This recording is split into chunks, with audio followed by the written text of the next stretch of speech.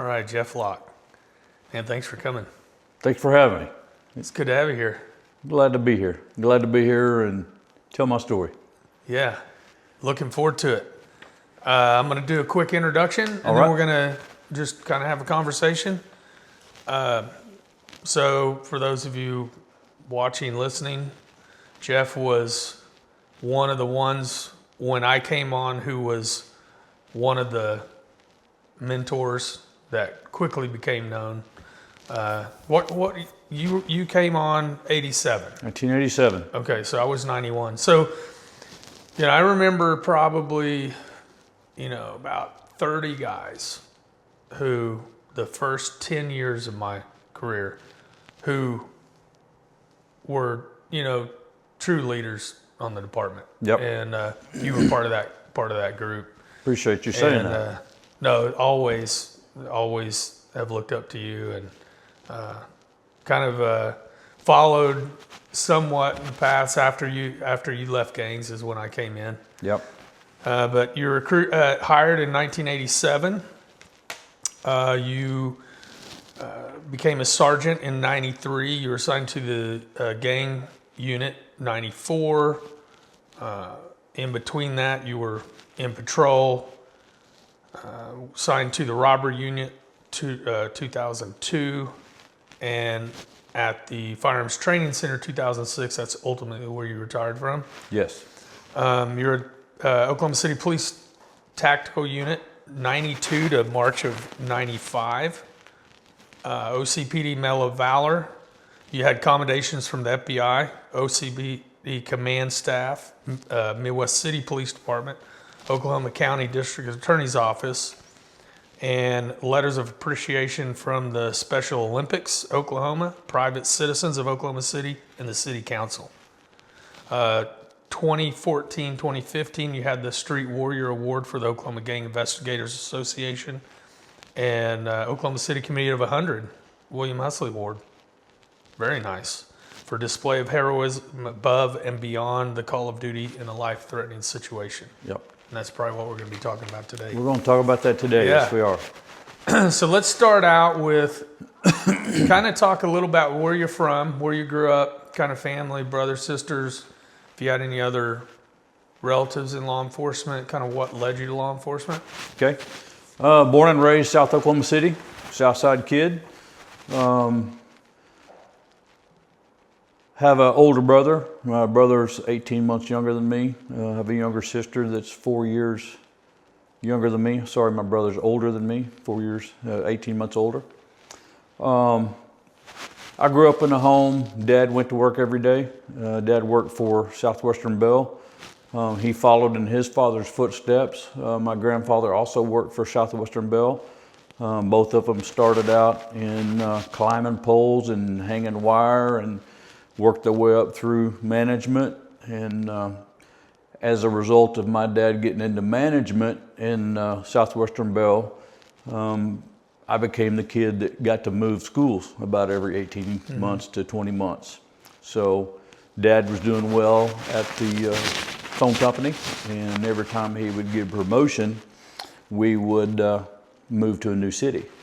So I was born and raised up till about the 7, 8 years old in South Oklahoma City. Went to Oklahoma City Public Schools, then moved over to more public schools. And first time Dad got promoted, we moved to Ada, Oklahoma, which wasn't that much different for me. Went from a small school, not very many kids in my class, moved to Ada again in a small school. But that was my first experience being the new kid at school. And come along with being the new kid at school, you get that opportunity real quick to either prove yourself or not prove yourself. So I learned at a young age, unfortunately sometimes a little scuffle at school would break out. And over the next 10 years for me in school, that became a pretty regular deal, not by my liking, but because I was frequently the new kid. Often had to prove myself to be accepted. That's in the early 70s. That's the way it was. Believe it or not, in the early 70s, kids still fought at school and didn't get in trouble and expelled for it. You know, it was just part of the pecking order. So, moved from Ada, Oklahoma. Lived in Ada through 3rd grade, moved back to South Oklahoma City, back home, and started back up in more public schools where I had already been, but again, I was the new kid, you know, and then Dad decided he wanted to get out of the suburbs and get out of the city life, and he packed us up and moved us out to Tuttle, Oklahoma. And when we moved out there, I lived in a community of Bridge Creek. And at that time, I was going to school at Bridge Creek, it only went up through the 8th grade. Bridge Creek didn't even have a high school yet. So moved out there in 6th grade, finished 7th grade and 8th grade at Bridge Creek. And then from there, you either had to go to Newcastle, Blanchard, or Tuttle. And that was obviously determined by where you lived. And I happened to live in the Tuttle district, so I went from Bridge Creek. My freshman year, started high school at Tuttle High School. And again, Dad was still at the phone company, working his way up through management, and he got a really nice promotion. And I moved from Tuttle, Oklahoma as a freshman in high school, where there was about 105 kids in my class. Moved to St. Louis, Missouri, which was a huge change for me. My first day in St. Louis, Missouri, I discovered that my high school looked like a college campus.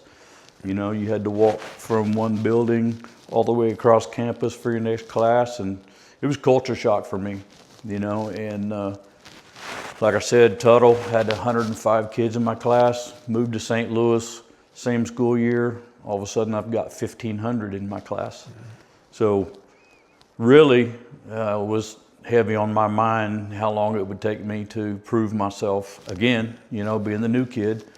And it didn't take long, you know, within 2 weeks of being the new kid at school, got into a scuffle at school, and as always before, you know, I proved myself and was just part of the group from then on, you know. So that's kind of how I was raised, you know, proving myself as, you know, a young kid coming up through high school. And oddly enough, I ended up going to school there at Parkway in St. Louis for 18 months and moved from there back to Tuttle, Oklahoma, and finished my junior year and senior year back at Tuttle, and was a Tuttle high school graduate in 1983. So got to come back home to graduate, but that time in St. Louis really, I grew up a lot during that time, you know. Never been around it before, but I would be going through a stairway at high school, openly see kids using drugs, you know, smoking dope, shooting syringes in their arms, and openly seen that every day at school. And I'd never seen that before ever. And it made an impression on me, and it really set in my mind what path in life I wanted to take. My dad's brother growing up was fresh back from Vietnam when I was a kid, and he came home from Vietnam a drug addict, and it made an impression on me, and it made me realize that's not for me. And then in high school, seeing that openly every day, it just enforced it in my mind. That's not the path for me, and I made an oath to myself that life was not going to get a hold of me. I just wasn't going to do it. And it was a little easier for me because I was in athletics, and being in athletics, it steered me away from that, you know. So that's kind of probably where my very beginning of thinking law enforcement came along, you know, seeing things that I didn't want to be a part of and learning those things and having influence on other kids around me, keeping them steered away from that kind of stuff, having discussions at an early high school age about, you know, the drug life and the stuff like that. And you learned a lot about culture. I learned a lot there about, in St. Louis, you were either an athlete or a soc. They called them socius, and that was the social kids that, social butterflies that didn't really play sports, but they weren't druggies. And then they called them, druggies. So you was one of those three classes. And learning that, I wasn't really a soc, I wasn't antisocial, but I was in athletics, so it was easy for me to just fall into that path, and that's where I went, and it allowed me to go the direction in life I wanted to go. And what did you play? What sports did you play? I played baseball, played football up until, that's kind of a funny story, it falls right in line here. I had just finished football season at Tuttle High School on the freshman team, and moved to St. Louis in the fall, and they were getting ready to start high school football. And so told Dad, hey, I'm interested in playing football. So we went down to the football stadium, and football stadium there, I mean, it looked like OU stadium to me. It was huge, had, a bowl all the way around, seats in the zone. And it was just culture shock. And when I went to the football field that first day, there was probably 1,800 kids. Wow. Yeah. And I got out there and I was like, what are all these people, And I would go down there and walk out to the field, and I'll never forget, I walk out to the field and I hear sirens. And I look around and there's an ambulance pulling up to the high school field, and I'm like, what is going on? And a bunch of people come by and they're getting out of the way of the ambulance, and one of the guys had just get hit by an upperclassman and ruptured his spleen. I was like, this is not like Tuttle, Oklahoma. So this is the real deal here. So at that time, I don't know if a little bit of fear set in or what, but I had already in my mind that I was a baseball player. I was always better at baseball than I was at football. I played football and I enjoyed it, but I probably played it more to give me some structure, keep my time occupied. So that day I went home and told Dad, I think I'm just going to be a baseball player. So that's what I did. In baseball, I always had a lot of natural talent. I was one of those kids that wasn't very good at practice. I didn't like to practice hard. I had natural talent, and through Little League baseball and then junior high baseball and high school baseball, it came so natural to me. I didn't have to work hard at it, and I was always pretty successful on my team. But it made me a little bit lazy as far as later in life, I found out I was a poor practice baseball player, and so I graduated high school and got recruited to play at Central State University, which is now UCO. And I went to UCO, and because of my poor practice habits, I found out real quick, dang, everybody here is as good as me. I wasn't the natural ability. Everybody there had natural ability, and because of my poor practice habits, I fell behind, and I ended up with an arm injury. I was a pitcher and outfielder, so when I wasn't pitching, I played in the outfield because I was a good hitter. My coaches liked to have me in the lineup to hit. So when I wasn't pitching, I was in the outfield so I could be in the hitting lineup. But got to college, man, it was an eye opener for me. Everybody there was as good, if not better, than I was, and they had the practice habits that I didn't have, and I found myself falling behind. And then I got an injury and ended up leaving school and getting married and started a family. Nice. Yeah. Well, Tuttle today, compared to when you were there, Tuttle today's like OU. Yeah. Their football teams. Yeah. Amazing. Yeah, Tuttle's been very successful. I raised both of my kids in Tuttle High School, and we still live out in that community now. But yeah, Tuttle, a lot of people call it Titletown. Their wrestling program is fantastic. Baseball program last 10 years has been very successful. Football program is very successful. So, they've come a long way. A long way. It's surprising how similar our growing up was. So I was youngest of 6. My dad was a Methodist minister, so we changed quite a bit too. Yep. And I remember, so I came from El Reno, Oklahoma. Okay. Grew up kind of my elementary, junior high in El Reno, and same thing, small town, and came to Oklahoma City, went Northwest Classic, and that was a shock. Yep. And And same thing like you, I played basketball, so I was one of the only white boys on the basketball team. I walked out, and I think me just walking out, trying out for the basketball team, was kind of an immediate. That proved me kind of immediately at that school. I remember, man, we had like a child care center there. I was like, what is going on here? So students would bring their kids, check them into child care, drugs everywhere. Yep. But you know, that kind of that, and I was kind of like you. I knew right on seeing things. I always want to go to the Marine Corps, and police was a second step because I had asthma as a kid, so I couldn't get in the Marine Corps. Okay. But you know, I looked back on that. You know, the amount of learning that I got from going to Northwest Classen that applied to being a police officer was huge. Yeah. And I'm sure you're probably the same way. Yeah, same for me. A lot of the things I experienced there, a lot of the things that I saw there just fit right in with my law enforcement later on in life. I had, my dad had an uncle that lived around Henrietta, Oklahoma.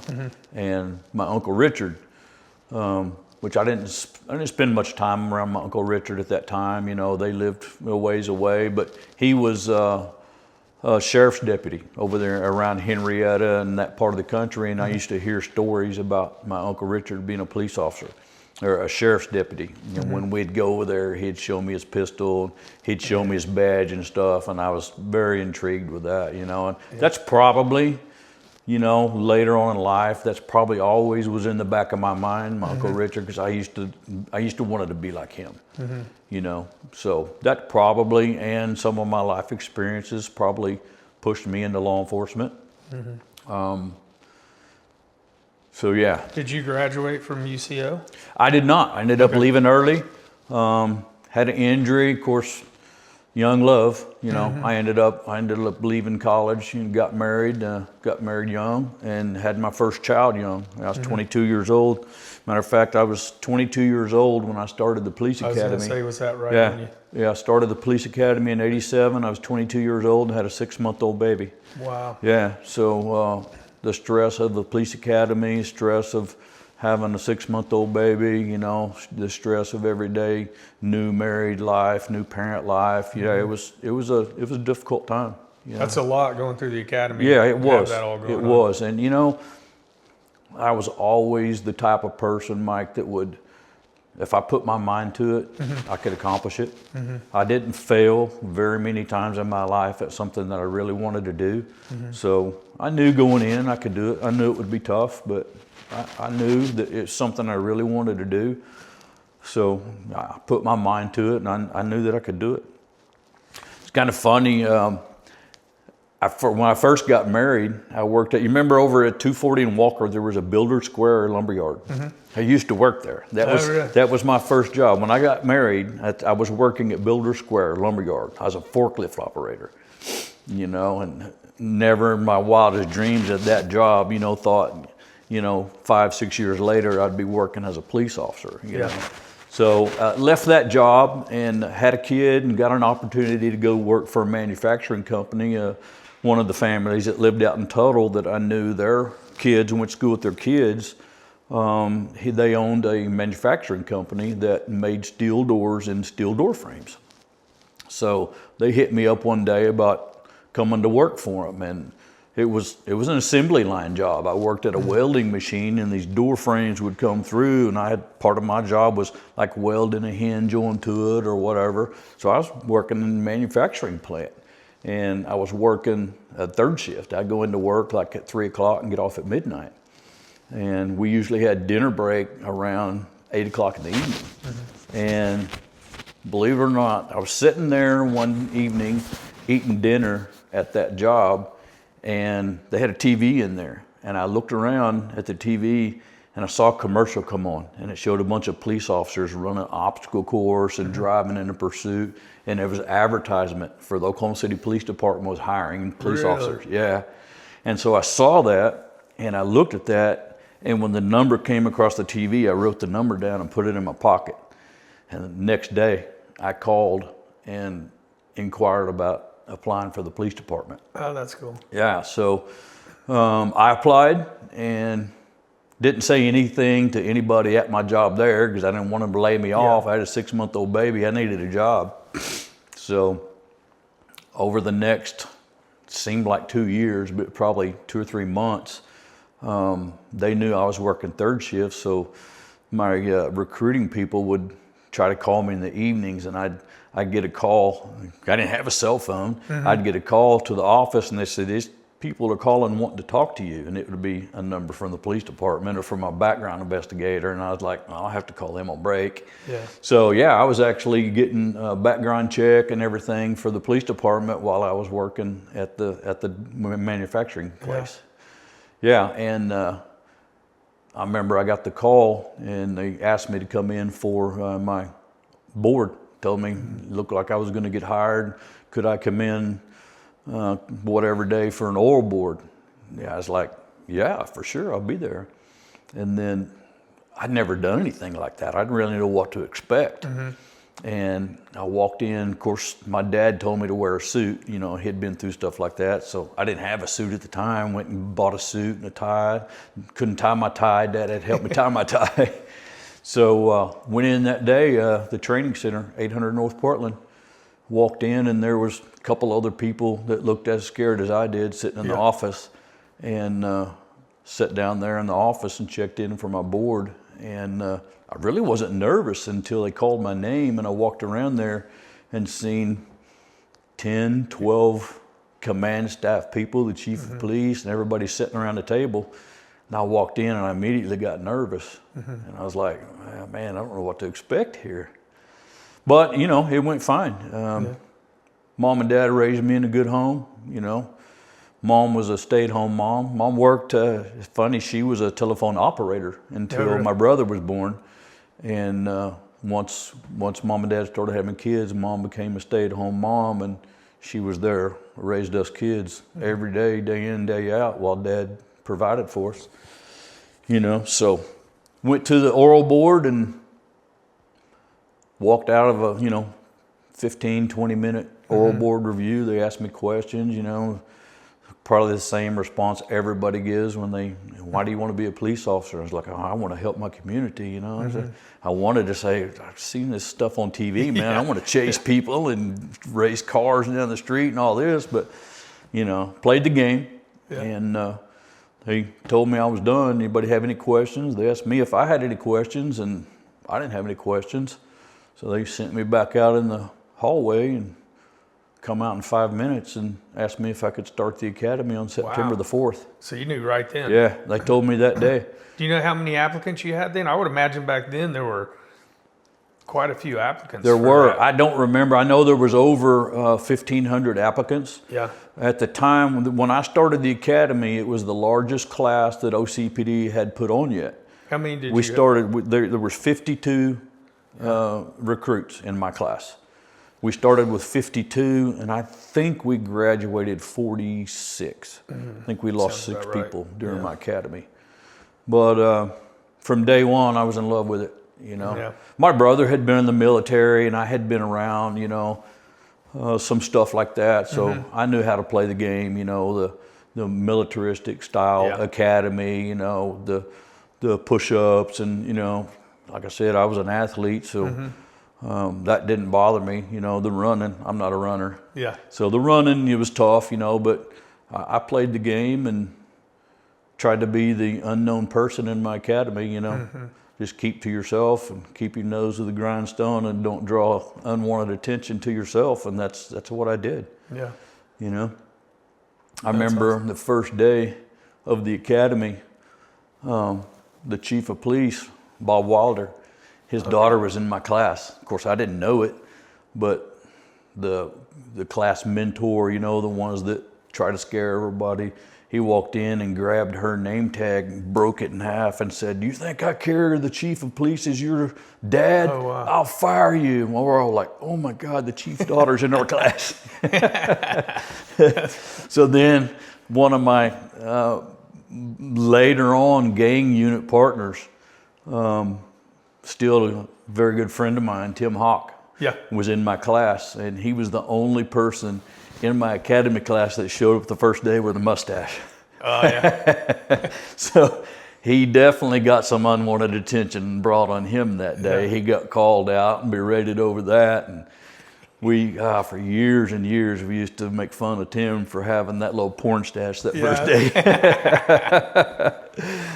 But He yeah. was an athlete too. He played college football. He did, yeah. I learned that. I met Tim in the academy. Learned he had come from Del City, played football, and played 4 years at Colorado State. Yeah. Yeah, he was an athlete. And, David Kaufman was in my class, and he caught my attention the very first day because he looked like a Hulk of a man. Yeah, wasn't he Mr. Oklahoma? Yeah, and he was the 1987 Mr. Oklahoma, big bodybuilder guy. And when we go down to the gym and do PT, he'd take that pin and put it in the very bottom deal and just sit there and pump it out. And I was like, this dude's a freak, man. You know, I didn't want to go after him. He wasn't on that long, was he? No, he wasn't. I don't remember when he left. We ended up in different places, you know. Even, a 1,000-man department, you don't end up at somewhere with a person. And, I mean, you may go 5 or 6 years without seeing that person if they're on a different shift. And, later on in my career, that's one thing I really, really enjoyed about the range. I got to see everybody at the range, whether you were a brand new recruit, I taught your class, or you came to do in-service or came for training. I got to see from brand new people to the oldest veteran on the department. I've seen them all at the range, and I really, really enjoyed that. That's awesome. Yeah. You were a firearms instructor. What other, did you do any of the other? I was a defensive tactics instructor for a while. That's another good story. I'll tell you one about that in a minute. Frank Cook was one of my. Oh, yeah. Yeah, Frank Cook was Red leading Dragon. he was leading my defensive tactics instructor school.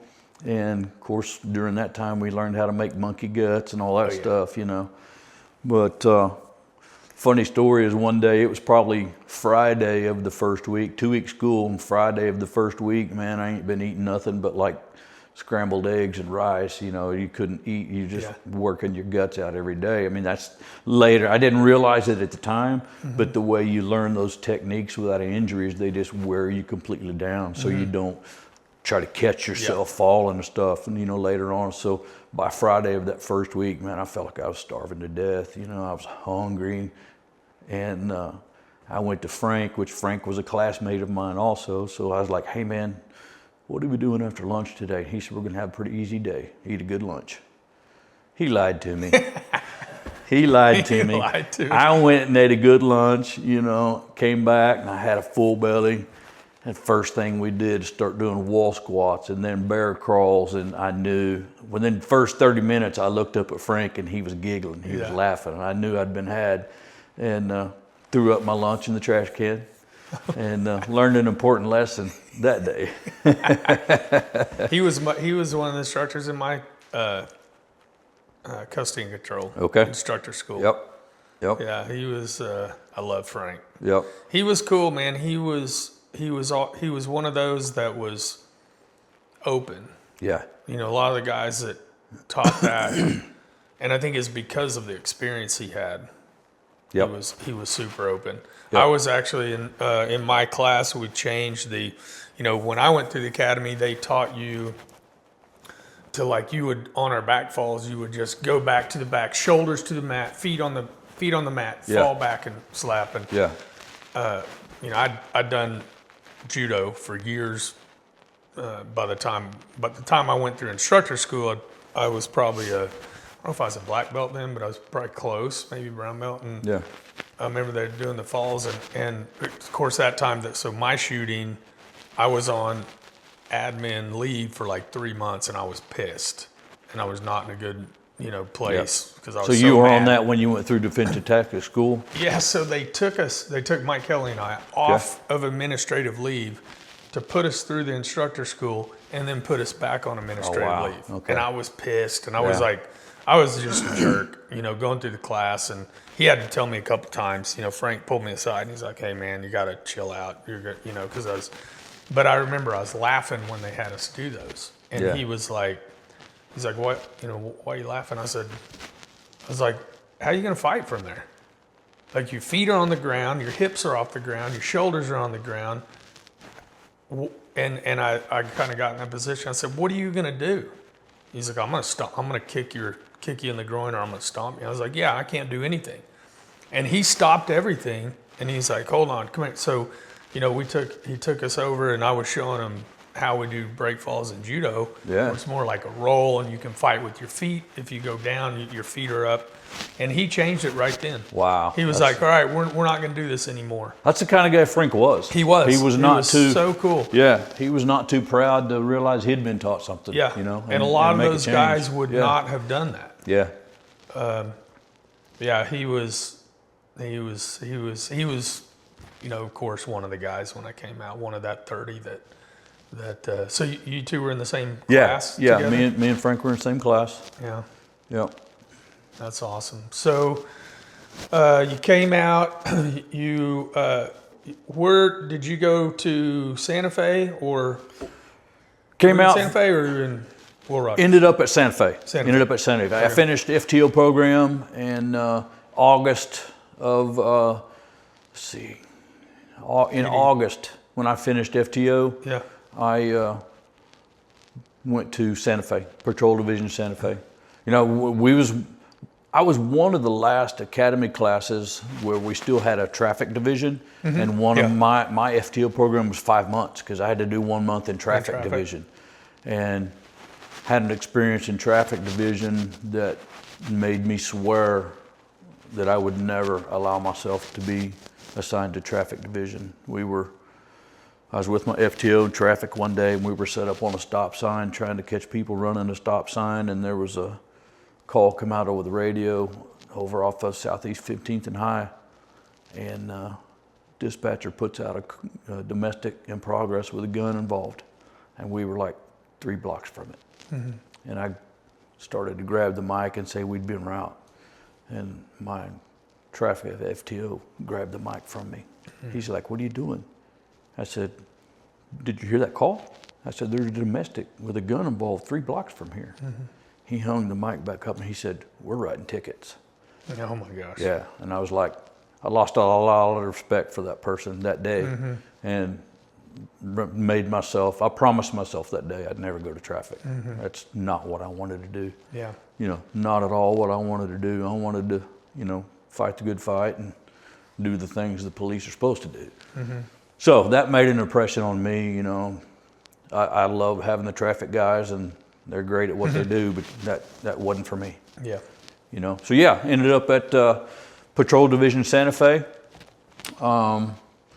As all new guys do, I ended up in probably the easiest district there was to work. I think for the first year, all I did was take burglary reports and work, you know, minor injury accidents and take another burglary report. But hey, I did my time, you know, and before you know it, there was a class behind me and then another class behind me, and I got an opportunity to move to a better district. Then a year later, ended up getting to move to a better district where I worked. My district was from the river to Southeast 29th, and from Shields to Bryant. So I had a lot of low income, you know, stuff. Pretty hopping. Pretty hopping area, yeah. Yeah. I mean, for a young patrol officer, I used to hear all the firemen say they want to be where the fires are at, and I was that young, hard-charging cop that wanted to be where there was a lot of activity. So fell in love with that place. I still know I could go over there blindfolded today and drive around that neighborhood and know exactly where I'm at.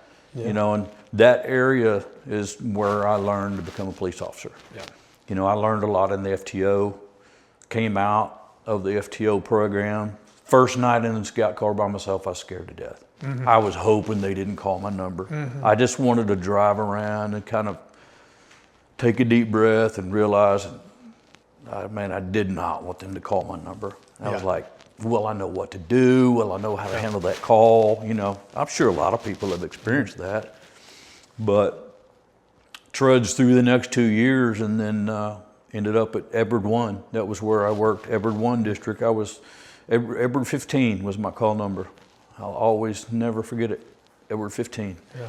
And that's where I really learned to become a police officer. I was riding Edward 1 with a couple other really hard chargers, good officers, a couple officers that I ended up working in the gang unit with later on in my career. But yeah, learned a lot there. Learned to respect the people that I was policing. You know, you have to learn a lot of humility. There's people over there that, I mean, it's the only life they know. You know, the criminal life and doing the things they do, it's all they know, you know, and realize that there's parts of our city that it's like that. You know, those kids, after working that area for 4 or 5 years, I would see, you know, 4 or 5 year old kids, and I knew I could look at them, their household, and I knew that they had very little chance to be successful in life. You know, so that made an impression on me. It made me change the way I policed people like that a little bit. Made me respect them a little bit, you know, and try to be a helper sometimes, not just somebody that wanted to chase them down the street all the time, you know. So I tried to get a lot of kids involved in sports and stuff. You know, there was a YMCA in my district there that had basketball and had a little baseball, and I would take kids down there to the gym and played basketball with them a couple of times. I'd do stuff like that, but yeah, really learned how to be a cop in everyone. Do you think that your experience in high school, going to that, do you think that had a little impact on you when you got out, as far as like dealing with the people, being able to deal with them directly? I know for me, I went to Northwest class, and then for me, it was the East Side. Yeah. I worked Northeast Side. I worked, you know, 23rd and King up to Kelly, and I already, you know, being in that, having that experience in high school, I already knew how to deal with those people. Yeah. And in a way that was not condescending, was not, you know, cracking heads all the time. But Right. Yeah. Yeah, I think that probably did, you know. Looking back on it now, if I had never seen that stuff before, I probably would have reacted to it completely different than having that experience of knowing that lifestyle before. Yeah. You know, like you said, cracking heads, you know, like I became a police officer in 1987. There was still a lot of cracking heads going on, you know, and we'll get later on in my days in the gang unit, you know, my lieutenant was Pat Visick. And my captain was Mike Roach. Yeah. And we'll get into more detail with that later, but I'll never forget the first day I got to the gang unit, they called me in the office. It was my captain and lieutenant, and set me in the chair, and they said, here in the gang unit, we do things a little bit different. He said, we send people to the hospital if they need to go to the hospital. He said, if people need to be hurt, we hurt them. I was like, okay. And they said, you think you can do that? And I said, I think I found a home, you know? And that's what it was. For the next 3 years, it was 110 miles an hour every day, you know? So. Yeah, I talk about, you know, when I went to the gang unit, a lot of people were like, you sure you want to do that? Yep. And it was kind of, you know, still that way, kind of transition kind of when I was in, and then definitely when I got, by the time I was out, then after that, it kind of totally transitioned. Yeah, yeah.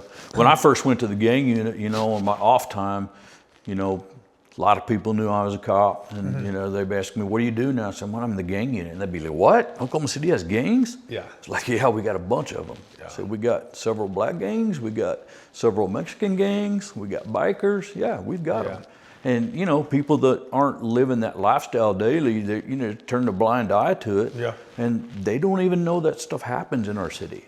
Well, a lot of people even here don't think about, you know, Oklahoma City be the crossroads of America. We had everything from LA gangs out to Memphis, and then Mexican gangs up to Chicago, and then the Chicago folk and people, you know, coming through. Yep. Drugs went north and west and or east, and money went south and west. And I mean, I-35 goes coast to coast, and I-40 goes coast to coast. Both meet right in downtown Oklahoma City. So a lot of stuff gets transported and ends up right here in our community, you know, even if it's just passing through. You know, a lot of people don't realize that. Do you have maybe a couple Like, what was your most memorable calls your whole career? Good, bad, indifferent, whatever, that really stand out, a couple that really stand out here. I've got one, that I still think about a lot. I was still working Santa Fe division. I took a call one night on a trouble unknown, and I pull up in front of this house. It was off of probably 23rd, 24th, and in between Santa Fe and Shields, so southeast 23rd, 24th. And I pull up in front of the house, and as I'm approaching the house, I stop about a house short. It was dark outside, and I could see a light coming through the doorway. The front door was standing open, and then there was a screen door that was partially open, and the chain was swinging like it had recently been kicked or broken or something. So I get out and I start walking up there, and I get halfway up into the front yard, approaching from the side, and this lady comes running out the door screaming, and she's head to toe covered in blood. And she sees me, she starts running for me, and she looked like someone had taken a razor blade and just slashed her face, her arms. She didn't have a shirt on, her chest. Her entire body was just cut to pieces. And she saw me, and she ran at me and tried to grab a hold of me, and she pointed back at the house, and she said, "He's trying to kill me. He's trying to kill me." And I was like, "Who's trying to kill you?" I don't remember if she said a name or what, but she kept pointing at the house. And so I sent her, some neighbors had started coming out. I sent her across the street so I could try to deal with what was going on. And I went to the front door of the house, had my weapon drawn. I was still in the days where I carried a revolver. Oh, wow. Yeah. So went to the front door, and I looked in and didn't hear anything. All I saw was, inside that house looked like a slaughterhouse. There was blood cast all over the walls. It was like a horror movie scene. And I stepped into the doorway, and I started, yelling, "Please, please come out." And I got 5 or 6 steps into the house, and a feeling came over me that I'm putting myself in a bad situation here. So I had already called for a bunch of backup. I had already directed the first person that arrived on the scene to go around and cover the back of the house. And as right when I backtracked back to the front door. I'm standing at the front door watching in the house, never heard anybody, never seen anybody. And something just came over me. I knew that this is a bad situation. I'm not going in this house by myself. And the first person that arrived to back up, I sent them around to the back of the house, and then some more people showed up, and then some more people showed up. Next thing you know, we're at this house 30 minutes, a supervisor shows up, and we're trying to decide, are we gonna go in and try to find somebody, or what are we gonna do? So the supervisor says, we're gonna lock down the house and call TAC team. At the time I was on the TAC team.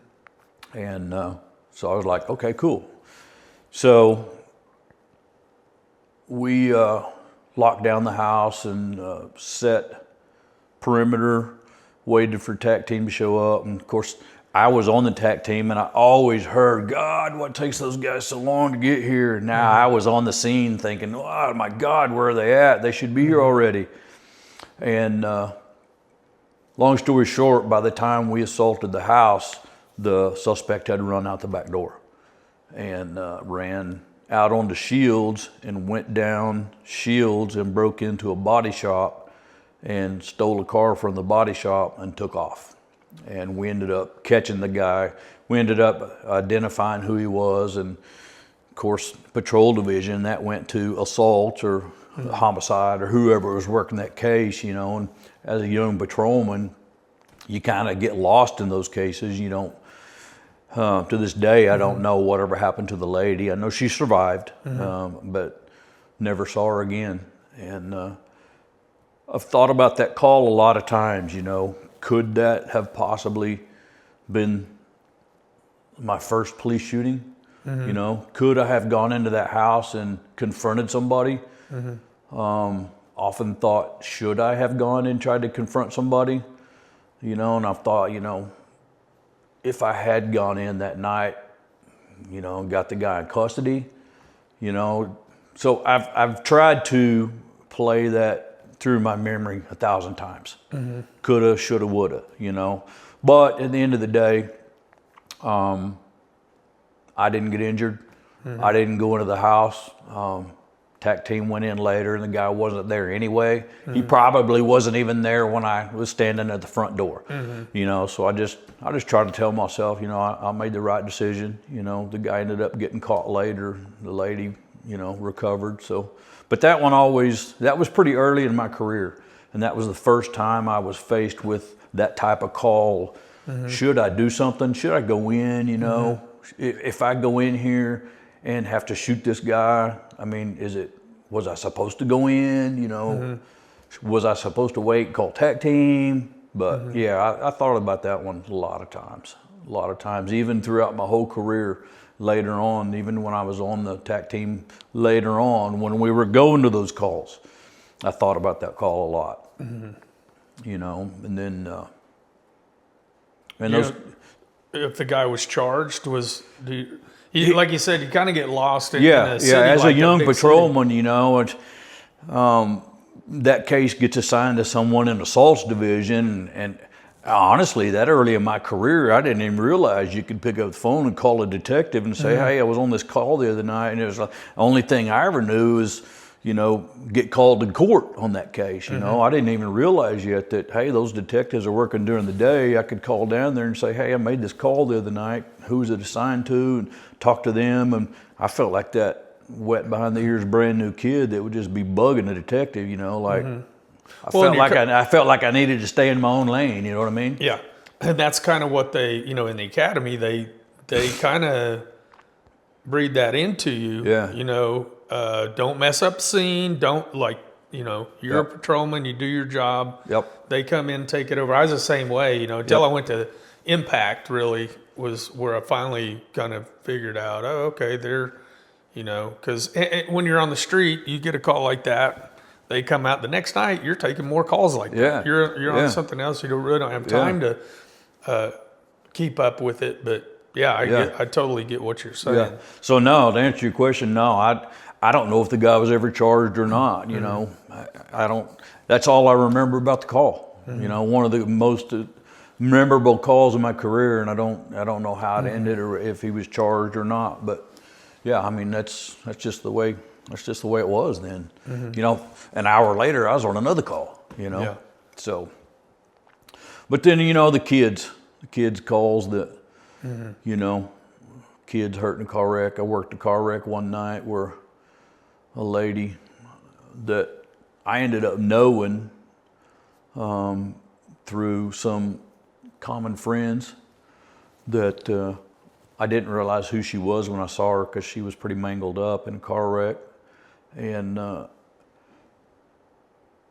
found out later on that I knew the person. I had seen her before. She knew a family member of mine, and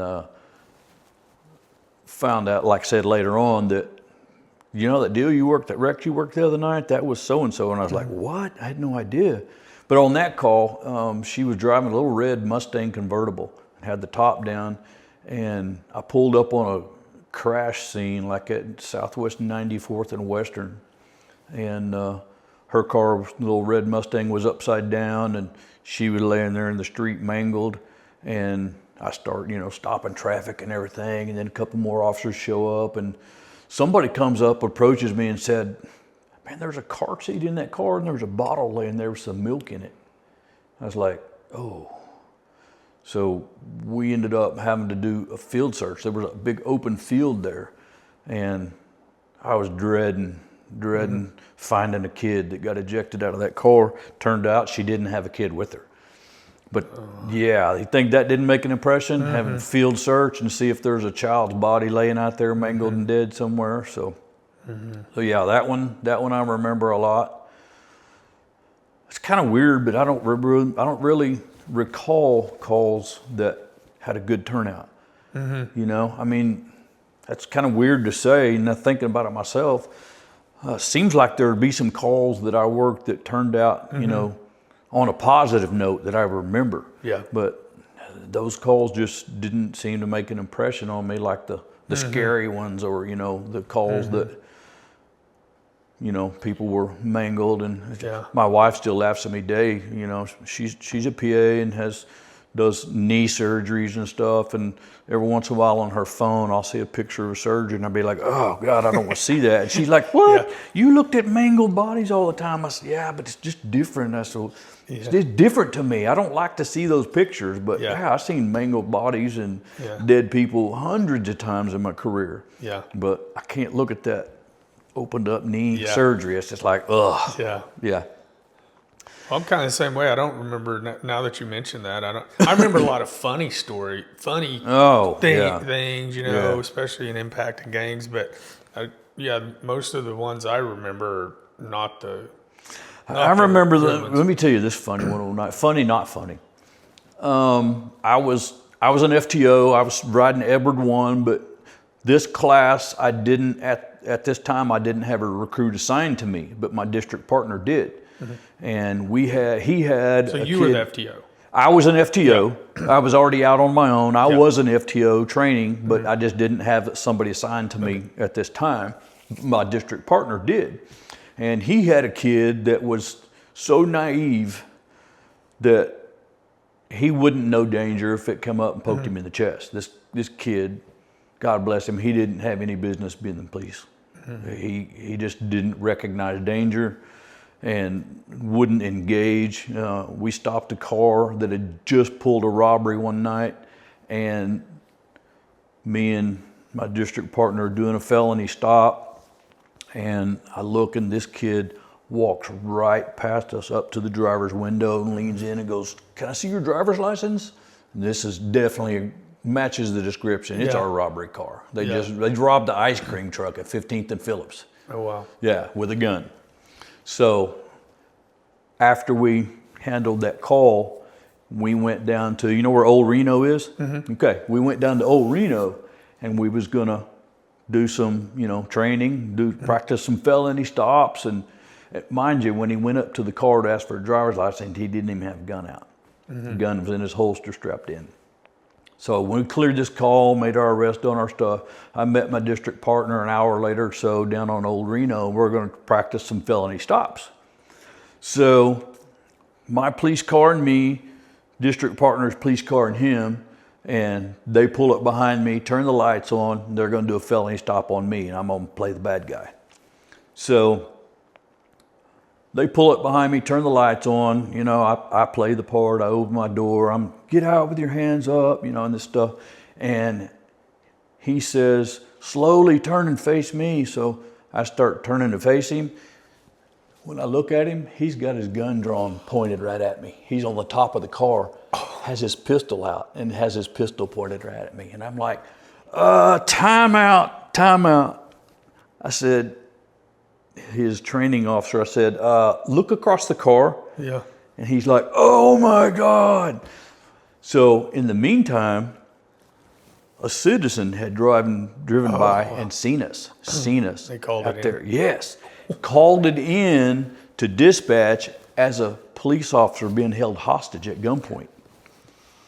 And so right within 30 seconds after he was told to put his gun away, I see a whole line of police cars coming down I-40, getting off on Eastern, headed our way. So I'm like, and of course, we were Santa Fe. Yeah. They were all coming from Spring Lake. So I was like, I reached over and flipped my radio to Spring Lake, and they were all talking about a police officer being held at gunpoint. And I was like, Edward 15 headquarters, slow everybody down. It's okay. We were doing a training exercise. And of course, you know, no police officer likes to be told to turn off code 3. So we ended up with 30 police cars down there. Oh my gosh. And of course, everybody was like, what an idiot, you know. Of course, unfortunately for that kid, he went back to the station that night, and he got fired that night. Wow. You know, which probably saved his life, Yeah. you know. Yeah. I just tell myself that kid, he didn't have what it took. Best for you know? everyone. Yeah, it's best for everyone that he went and found a new line of work. But Yeah. that was kind of a funny one. Wow. So then they formed the gang unit. Do you remember what year 1992 was started the gang unit? I don't remember when it started, but I would actually probably say it was a little after that. Okay. Because I came through in 91. Okay. I started working Impact in 94, 95. So I would say it probably would have been 92, 93 maybe. Yeah, somewhere because along they in had there. the fast unit, and then I think right before 91, fast went to Impact, Yep. something like that, around that. And then I think gangs came after that. Yep. But you were the first. Were you in the first? I was not. Foundation? You know, I applied for it the first time. You know, whenever the first, I think 6 or 8 people went to the gang unit. You know, I think 2 from each division came, and supervisors were allowed to pick who was leaving the division and going to the gang unit, and it became known pretty quick that supervisors would try to get rid of a problem child. Yeah. And they got an opportunity to get rid of somebody from Santa Fe division, send them to the gang unit. So I didn't get picked to go first time. I applied and didn't get picked. So I was a little butthurt over it because I grew up around Jerry Flowers, and I had heard about the gang unit my whole high school time, you know, so I knew a lot about it, had talked to Jerry extensively about the gang unit, and I really wanted to go there. So I was a little butthurt, but I stayed at Santa Fe for a while. So the rotation came through, and one of the people that got picked from Santa Fe, they realized was not cut out for gang unit, so they sent him back, and I got picked to go in the second rotation. Oh, nice. Yeah, so they were, in the beginning, they were supposed to be 6-month rotations. You'd go for 6 months and then go back to your division. But that somehow, whenever I ended up going over there, they stopped doing that. Because when I went, I stayed there 3 or 4 years until I asked for a transfer. So probably late 93, mid 93, I leave Santa Fe division, go to gang unit. And 110 miles an hour every day. You know, working for Pat Visick. Pat was always intimidating to a lot of people. You know, he was kind of one of those kind of guys that would ride you until you proved yourself, which I had experience with, you know, my high school days. He would ride your ass pretty hard and until you stood up to him, and then you're on equals level.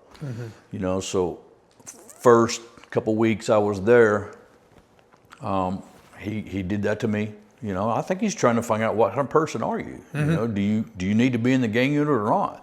So he was riding me one day pretty hard in the office right in front of everybody, and I stood up to him and snapped back at him, and he never did that to me again.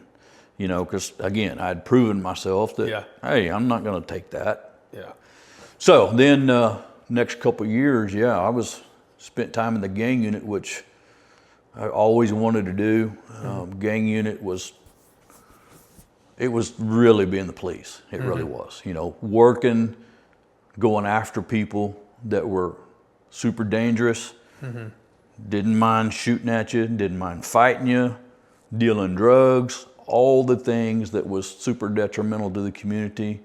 Shoot innocent people, wouldn't think twice about it. You know, jump somebody into a gang and their initiation was to go get in a car and go do a drive-by on somebody's house, just an innocent person. So these were the worst of the worst, you know, and early in my career, I realized that's the kind of guys I wanted to go after, you know, so loved the gang unit. The part I did not like about the gang unit was After about a year being there, the gang members got a little bit smarter.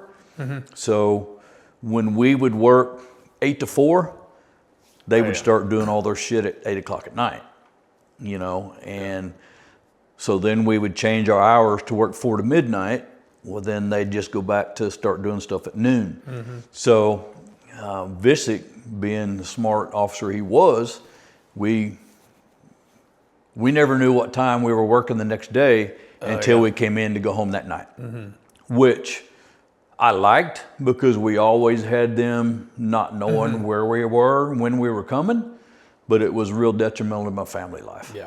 You know, I had, by this time I had 2 kids. You know, I had one that was about 5 and one that was about a year old. And my wife was working at the time, and, you know, I was going to be watching the kids the next day, and I'd have to call her and say, I can't watch the kids tomorrow. We're working 6 a.m. to 2 p.m. tomorrow. Something gets planned for the weekend. Can't do that. We're working 4 p.m. to midnight that day. You know, every day was a new hours. You know, if we went out and had a slow night, we knew coming in our hours were going to be different the next day. And that happened all the time. For 3 years, that happened all the time. And it got to the point where, you know, my kids were starting getting into school stuff and starting doing some little league athletics and stuff, and I was missing some of that stuff. And the running and gunning 100 miles an hour every day, I realized that it's not a matter of if we're going to get in a shooting. I knew working the way we were that it was going to happen sooner or later. And I wasn't afraid of that, but that on top of that work time being detrimental to my family, I ended up putting in to go to Investigations Bureau. And that's probably 96. I'd have to look at my resume there, but probably 96. The last thing I really remember doing with the gang unit is I was in the gang unit when the Oklahoma City Murrah bomb went off. I was still in the gang unit. And we all responded to work that day, and the chief called us all to our office, and we went to our office, and the chief assigned us to stay in the downtown area, and he said, I want you all to stop any looting that might happen. And we're like, okay, cool. So we did work at the bombing site for the first couple of days, and then is when he came and told us we were supposed to watch for looters. So it was an amazing time in the downtown area because there was no looting. Yeah. The citizens of Oklahoma City and the citizens of Oklahoma, you know, salt of the earth people. And I remember during that time when we were driving around downtown watching for looters and not seeing it anywhere. I mean, no windows in a half-mile area. No businesses had windows. The entire stores, car dealerships, jewelry stores, none of them had windows. I mean, you could just walk in and grab whatever you want, but we saw zero of that happening. And we'd have the radio on, and they would be interviewing just random people on the FM radio. And we heard a gang member being interviewed by a disc jockey one day, and they were asking about the looting and stuff. And he was like, we've told our people, you better not get caught down there doing that, because that's not what we're about. And I was like, really? We've got gang members that somewhere in there, they have a little bit of heart. And, you know, they don't want to be so low as to loot at a time that was so disastrous for our city. I remember at that time, there was one instance, because I worked the whole time down there. I was an impact, so we were there day one on. And there was a gang member that was actually out directing traffic one time. Okay. And it was like, what the, you know? Yeah. And that's one thing I tell people, you know, in law enforcement, you see the best at their worst, the worst at their best, and everything in between. Yeah. And that was a Yeah. prime example of that. Yeah, I like that saying. I like that saying. Kind of a funny story during the first couple of days that we were actually working at the Murrah bomb site. Of course, you know, we were in, I never wore a uniform in the gang unit. We had BDUs. blue T-shirts, blue BDUs that said, you know, gang enforcement on them. So on the 19th, probably the 20th, maybe the 21st of April, we were downtown, and I happened to be, me and a couple other gang units were right by the FBI headquarters. And Tim McVeigh had been arrested by the trooper who was in the jail up in Perry. And he had been possibly identified as the Ryder truck driver. So the FBI was in the command post right there putting together a photo lineup of Tim McVeigh to show to some witnesses that saw the guy get out of the Ryder truck. And at that time, I wore my hair in a high and tight flat top. I mean, if it was short. And at the command post, one of the FBI investigators looked at me and he said, "You look like McVeigh." And I was like, "You think?" And he goes, "Yeah, I think so." So they took my Polaroid picture of me. I had on my blue BDU shirt. They took a Polaroid picture of me and put it in a photo lineup with Tim McVeigh. And I was in the command post, and I was allowed to pick that lineup up and look at that lineup. Wow. And I was in the top corner, and McVeigh was in the bottom middle. And Bob Ricks was the FBI commander. And I handed the folder with the lineup to Bob Ricks. And he looked at it, and he pointed at my picture, and he said, "Take that one out. He looks too much like him." So they took my picture out. And the FBI gave me that picture and wrote on the back of it the date and what it was and everything. And I still have that picture to this day. Oh, wow. Yeah. That's crazy. So I'm glad the witness didn't pick me. But yeah, that's a kind of cool story. But then shortly after that, I left gang unit and went into investigations, worked assaults, and then worked robbery cases for a while, which I really liked going after robbers. You know, robbers are, in my mind at that time, robbers were like true criminals. Yeah. That had nerves of steel that would walk up to you and stick a gun in your face and take your possessions from you. You know, a lot of times homicide is a crime of passion, or, you know, just shoot at somebody you don't even know. But we felt like robbers were hardcore criminals. So I enjoyed working robbery cases, worked a lot of good cases, had a lot of hardcore criminals that we put away. One of my old gang unit partners, Moose, was my partner in robbery. Yeah. Yeah, I worked with Moose. Yeah, yep. So then robbery was like one of the, that I never did investigations, but that was always kind of my pinnacle. Yeah. Where I would want to go if I went investigations robbery. Yep. Well, once I got to robbery, I had a couple opportunities to go to homicide, and I just didn't feel like that's what I wanted to do. I liked doing the robbery cases, and then after being there for a long time, I really liked working the cases. But then again, being on call, you know, I was on call with the TAC team, basically on call with the gang unit, you know. Then I went into investigations and into assaults. I was on call every other week. Went to robbery, and I was on call every other week. By the time I was in robbery, my kids were getting into high school, you know, and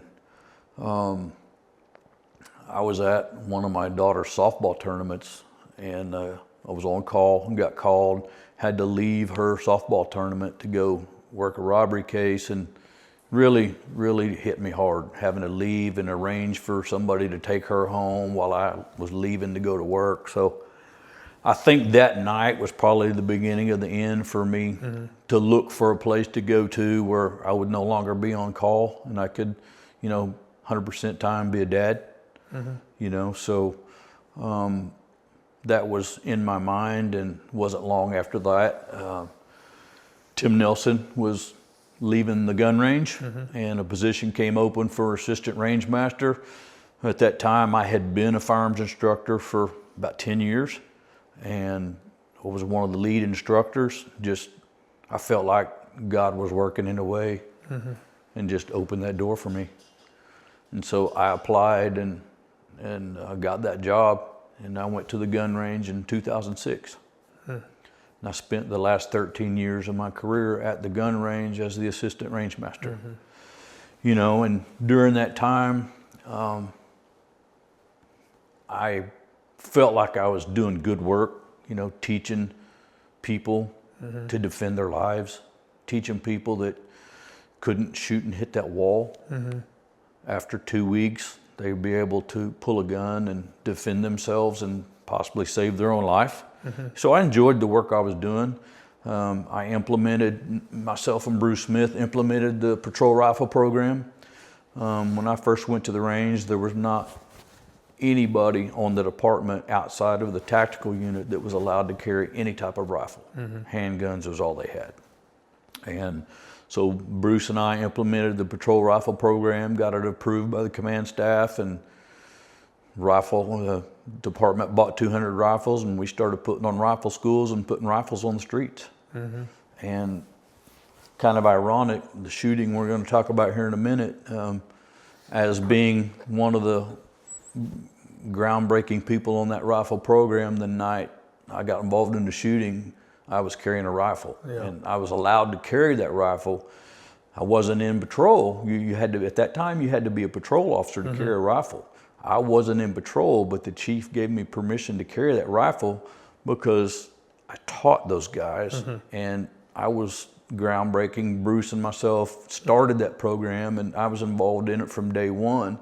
So I did miss working the gang unit. I missed that excitement stuff. So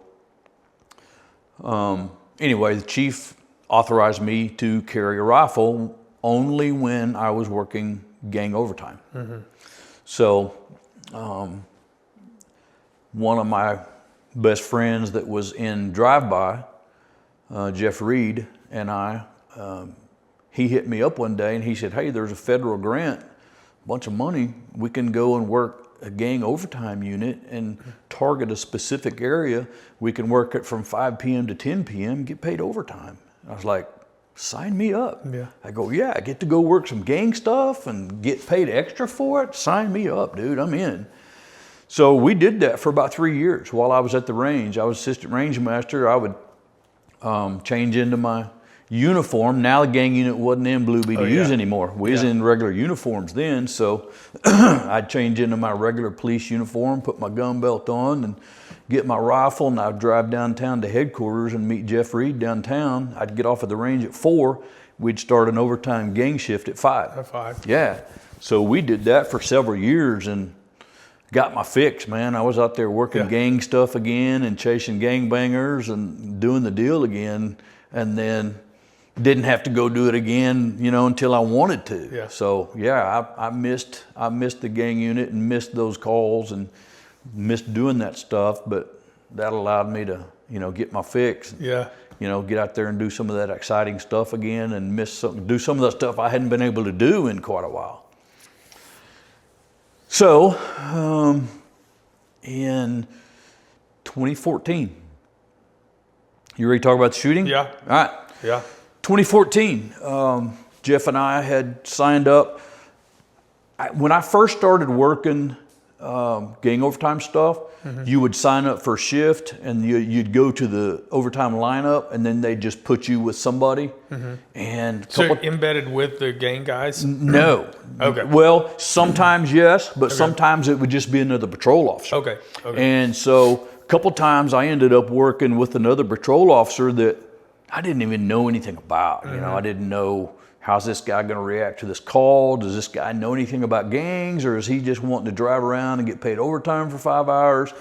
So early on, Jeff had called me and asked me about it, and so I ended up telling Jeff, I said, "You sign us up for gang overtime, I will work with you as your partner, but I'm not working gang overtime with anybody else. It's me and you, or I'm not doing it." And he said, "Okay, cool." So from then on, anytime either one of us worked gang overtime, we were partners. Together, Yeah, because I'd known Jeff for years and worked around Jeff for years.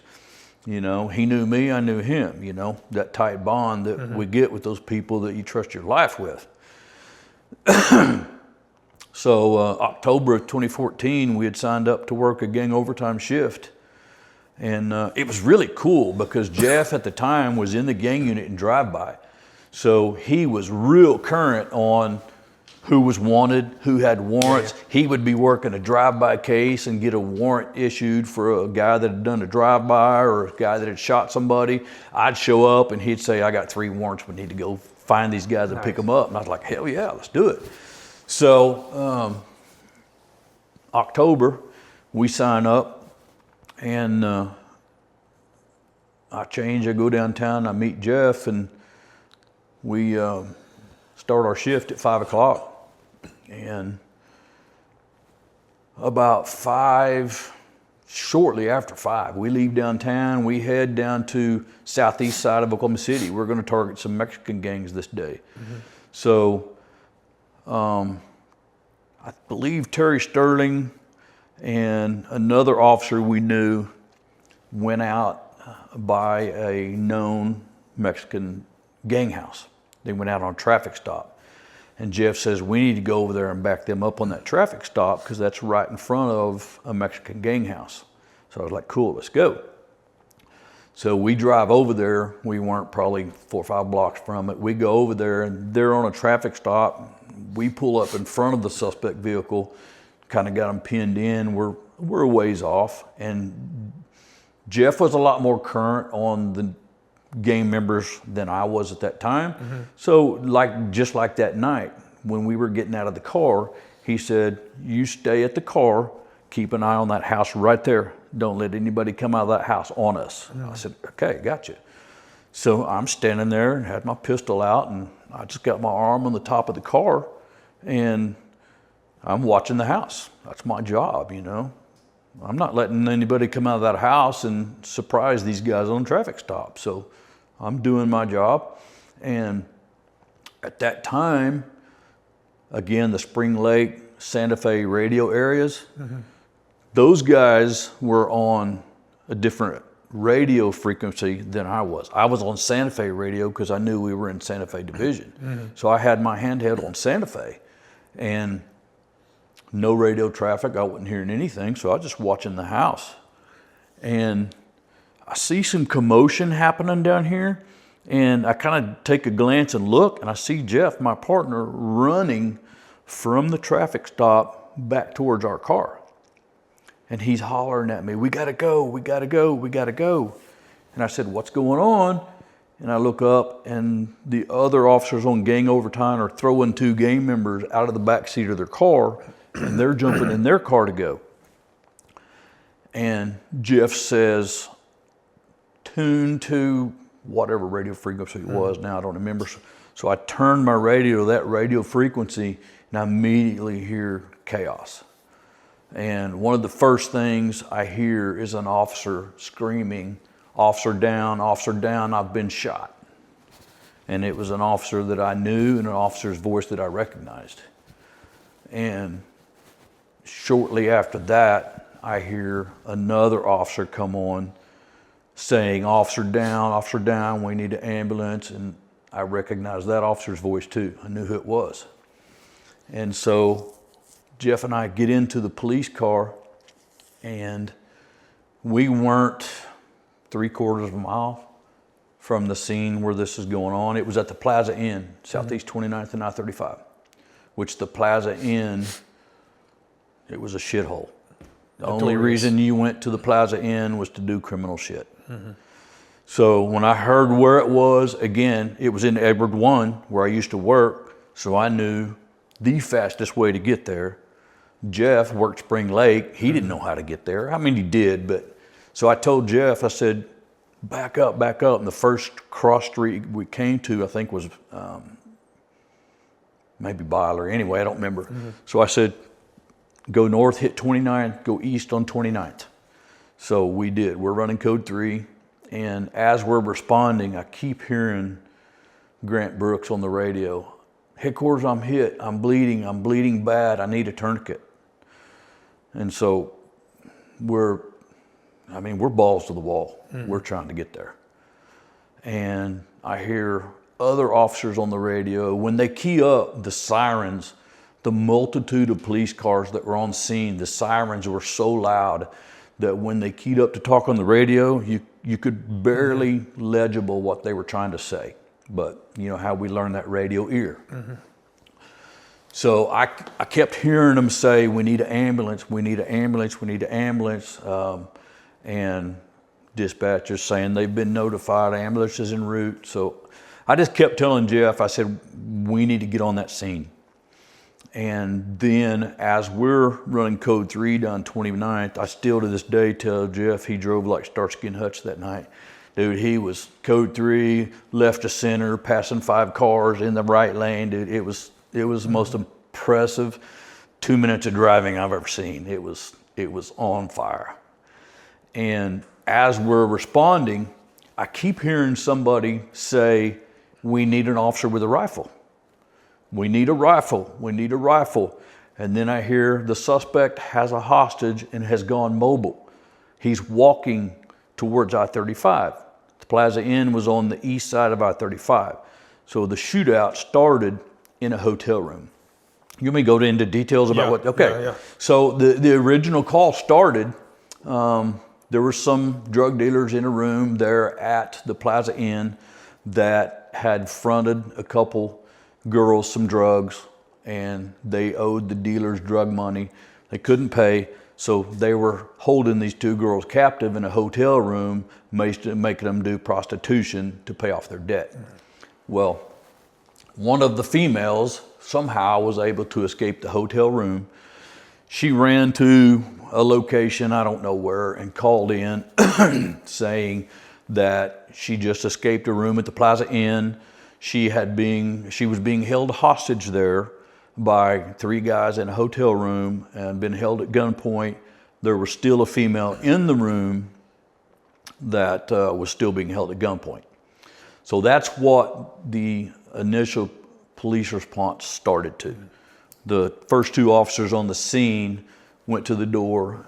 Grant and Cody went to the door and they knocked on the door. Calling party victim had also said that there was a dude inside, the main dude running the show inside. He went by a nickname Catfish. So they knock on the door and a male person comes to the door, opens the hotel room door, and the officer posted up on either side of the doorway like we're taught to do. And they look into the room. There's a male at the door, another male standing by the bathroom counter, a female sitting on this bed, and a male sitting on the furthest bed from the room, from the door, with his back to the door. And they start asking those investigative questions. Hey, what's going on? Somebody called the police, and they're all just kind of, cutting eyes at each other. Nobody wants to say anything. So one of the guys is like, no, man, everything's cool in here. And they're like, well, that's not what our call says. Was there a girl here earlier that got out of the room? And they cut their eyes. Nobody wants to say anything. So one of the officers says, where's Catfish? And Catfish happens to be the guy sitting on the far bed with his back to the door. He's sitting like this at the bed. He turns towards the doorway, comes up with a .40 caliber Taurus pistol and starts firing at the doorway. Both of the officers immediately take fire. In the melee, Catfish shoots one of his buddies in the back and paralyzes him. Grant takes a round through the forearm and loses use of his right hand. So he's survival mode, like we train him in the academy. He's trying to do everything left-handed as a right-handed shooter. Cody Kelch retreated away from the window. About that time, Grant retreated behind a car, take cover behind a car, probably 20 feet from the doorway, and they returned a little bit of fire.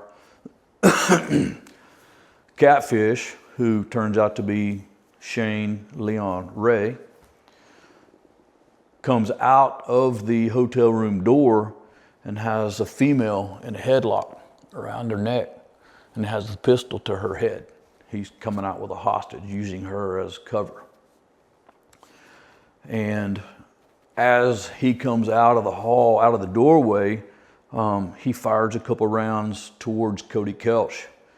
And Cody didn't realize it at the time, but one of those rounds hit the wall and lodged in Cody's vest. So now 2 officers have been shot. And they retreat, take cover, and more officers are showing up. And bad guy starts walking across the parking lot with a female hostage, gun to her head, and he is looking for an escape route. To the south and then back to the east from that parking lot, there's a pretty big wooded area. You know, where I think at first he was probably wanting to get to that wooded area and try to run away, but it was quickly blocked off from responding officers. So he continued holding the hostage around the neck, and he starts walking west towards I-35. We are not quite on the scene yet, so now I'm hearing officers respond. Suspect has gone mobile. He has a hostage. He's walking up to I-35. I think he's going to try to cross over I-35. And I looked at Jeff and I told Jeff, I said, dude, we've got to get there. There's nobody to stop him. If he gets west of I-35, there's no one to stop him. There's nobody there. Everybody's on the east side of I-35.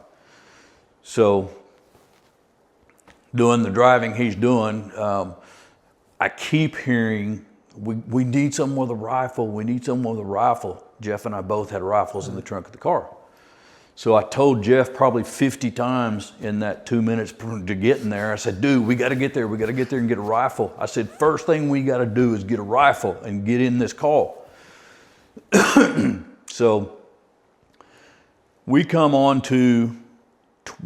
to the intersection of 29th and I-35, and we're going to make a right turn, which, knowing that district like the back of my hand, there's an on-ramp, half a block, there's an on-ramp right there to I-35. I said, turn right, hit that on-ramp, and get into the inside lane against that concrete barrier. There's a concrete barrier wall, and that's exactly what he does. So as we're coming to a stop, I don't remember which one of us reached up and hit the automatic truck button, and I heard it click, so I knew the trunk came open. And I told Jeff, I said, as soon as we stop, get your rifle out. Well, before I even opened my door to start getting out of the car, I look right here and I see the suspect plain sight. He's in the lanes of I-35 northbound traffic. There's probably 3, as far as you could see, traffic was stopped both directions. These cars weren't coming and those cars weren't coming, and he had already, there was another car on I-35, and the suspect pulled the gun away from her head, fired 2 rounds at that police car. That police car backed up. So I see him coming across I-35 with her, and I open my car door, and dude, it was like, almost like Matrix. I opened the car door and I stepped out of the car. We hadn't stopped yet. The car was still moving. And so when I stood up, the momentum of the car moving forward moved me forward up, and I had to take 2 or 3 steps. But when the car stopped, I was standing at the trunk of the car. Dude, it was like right here. All I had to do was hit the trunk like that. It came up, my rifle case was laying right there. I grabbed my rifle. We carried it magazine loaded, but not chamber loaded. So I grabbed my rifle, I rack around into the chamber. I had an aim point sight on my gun, but dude's right there. I could shoot it with iron sights. I could do it either way. So I didn't even take time to turn on my aim point sight. I said, I engage this guy with iron sights. So I go around the back of the car, and me and Catfish make eye contact. He's pointing this gun. If he don't have it at her head, He's pointing it at every police officer on the scene. There's police cars everywhere, and every police car I see has got 4 or 5 officers ducked down behind it with their pistol laid over the roof or on the hood. They're all just pointing pistols at him, and he's not reacting to those pistols one bit. They don't even faze him. He's just walking right past them. So when I come around, I'm on one side of the concrete barrier. He's on the east side of the concrete barrier. I raise up with a rifle and point my rifle at him, and immediately I see a noticeable response. He notices me with the rifle. He knows it's a threat. He grabs her and pulls her up tighter, and he turns to turn her directly between me and him. And I keep pointing the rifle at him, and he starts backing away from me. He's still facing me, but he's holding her and he's backing away from me. He's looking every once in a while to see where he's going. The female has no idea where they're going, so a couple of times she stumbles a little bit, and they'll move, and trying to walk backwards to somebody dragging you. So as they're moving away from me, I wasn't going to give up any ground. So as they're moving away from me, I just kept going. I just kept my distance the same. I wasn't trying to get closer, but I wasn't going to let him back away from me either. So another thing that struck me real funny, at that point, when I stepped across the wall, there's a police car sitting right here. I'm aiming at the bad guy right here, and there's a police car sitting right here. And I glanced down at that police car, and the first person I see is Jeff, my partner. And he's knelt down behind the police car with a pistol. And I was like, dude, I told you to get a rifle. And it just struck me odd. It seemed almost like surreal. I was just like, is that really Jeff with a pistol out? I was like, dude. Anyway. And that was you came over the barricade in between north and southbound lanes. Yes. The concrete when we barricade. Stopped, the driver's door was almost against the concrete barrier. Yep. So we were now facing southbound on I-35. He's in the northbound lanes of I-35. How wide is a lane? 12 feet? We're 25 feet apart. And I step over the wall and start approaching him. Well, he reacts. He starts backing away from me. And as he's backing away from me and I'm following him, he ends up all the way back down. He crosses, it's Prospect right there. The access road is Prospect. Yeah. So he crosses a grassy area, and as he's backing away, his altitude is going down. He's backing downhill away from me. So I'm now probably on the center line of I-35, maybe in the outside northbound lane. This guy, still holding the gun to her head, he looks and he steps off of the curb down on the Prospect and is still backing away. She has no idea there's a curb coming. So when she steps off of the curb, if he don't have a hold of her, she's gonna trip and fall. So when she puts her weight back on him, he ends up turning this direction, still has the gun to her head. Well, he's now facing directly away from me. And my first instinct, I fired a shot. I aimed right between his shoulder blades and I fired around. And as soon as I did, him and her both immediately disappeared out of my sight. They both went down. And because of the terrain and the curb, when they went down on the ground, I could no longer see them.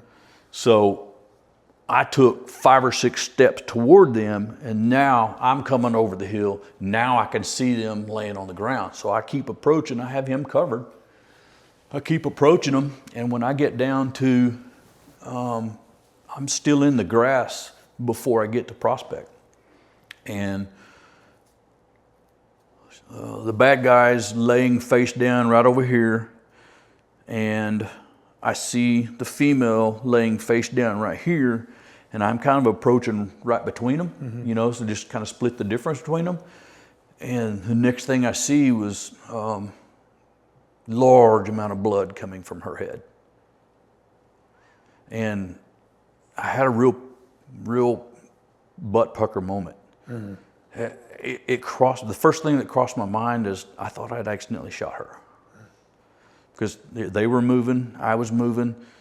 First thing that crossed my mind is I fucking shot to the wrong side and shot her in the head. And then just, I guess, instinct just took over. And I still had the rifle pointed, and I pointed the rifle at him, and I immediately saw him gasping for air and saw blood gurgles coming from his mouth. And then I realized, no, I didn't hit her. I hit him. And somewhere in that split second, he had shot her in the head.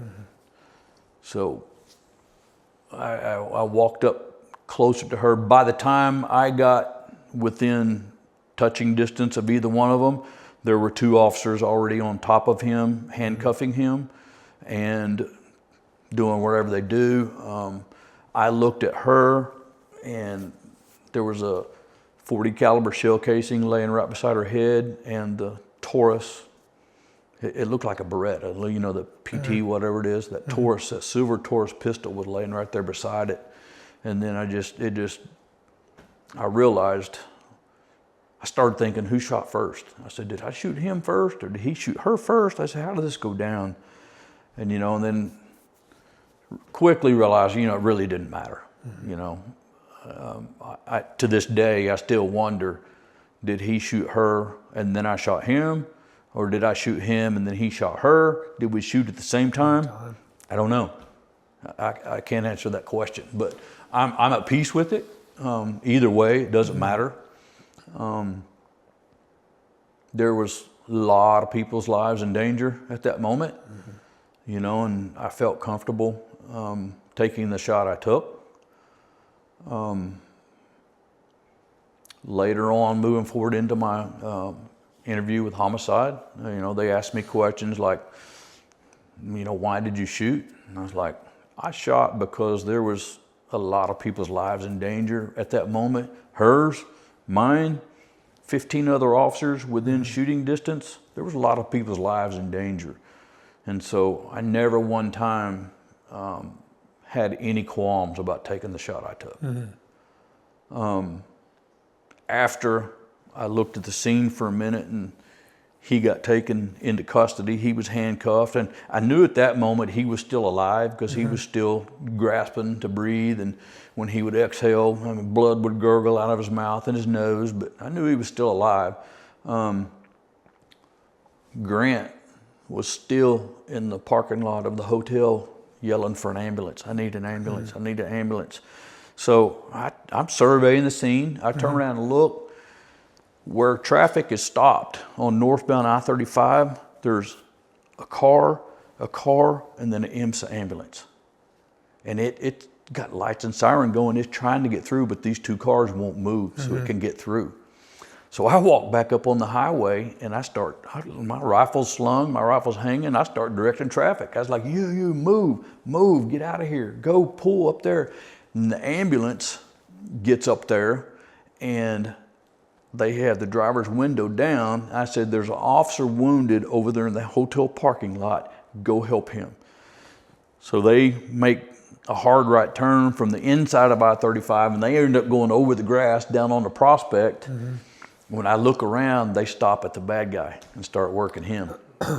And it pissed me off. It really did. It made me mad because I felt like I specifically told them an officer was wounded in the parking lot that needed help. Because I'd been heard him, I don't know how many times saying, I'm bleeding bad, I need a tourniquet. I didn't know at the time that another officer had showed up and put a tourniquet on him. So he had the bleeding stopped. I didn't know that at the time. Yeah.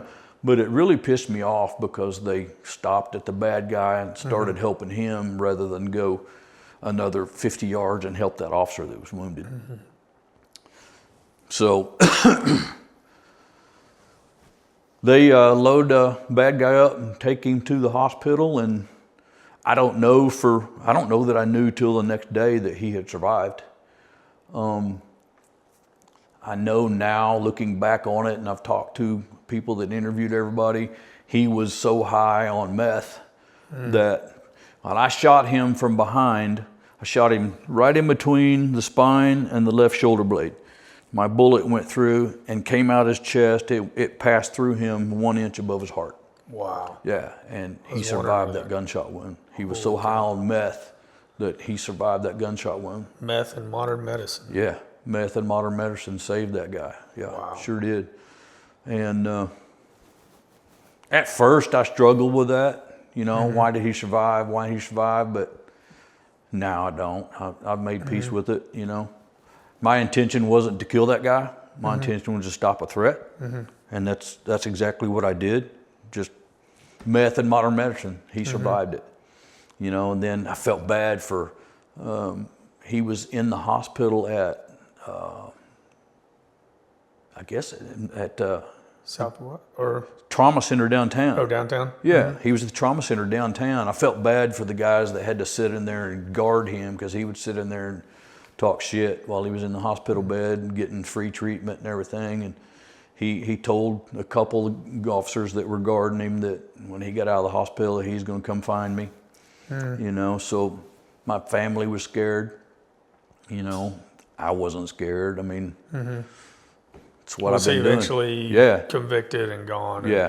Yeah. So eventually, he ended up getting charged. This one did follow up on, unlike that other one. He ended up getting charged with 1 count of murder, 2 counts of attempted murder on a police officer, and 8 counts of shooting with a deadly weapon with intent to kill. And for the longest time, for probably 2 years, he had an attorney, you know, I went blank, a free attorney, and he was going to take it to trial. And about every 3 months, the district attorney's office would call me and want to talk about the case and want to talk, do you still, you know, remember your testimony? And I was like, that was in 2014, here I am, 11 years later, and I still remember it like it was yesterday. I said, yeah, I remember my testimony. And so it got set for trial. And they called me and said, we're going to have you come in and testify on such and such date. And I was like, okay, I'll be ready. And then like day before trial was supposed to start, he ended up taking a guilty plea.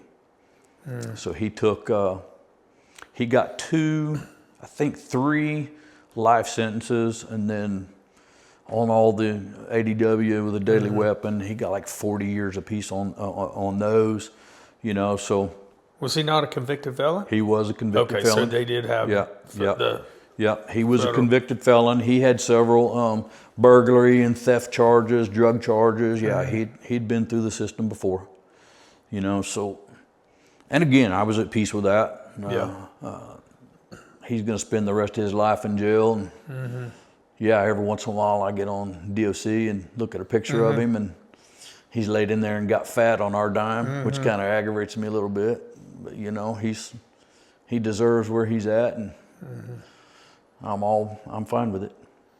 I check DOC often on several. Yeah. Guys, ever so often, about once a year I'll check someone in my past that.